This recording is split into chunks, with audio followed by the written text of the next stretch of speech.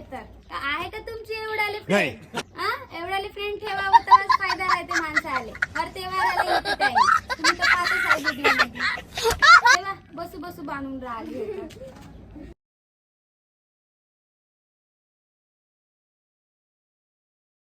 तू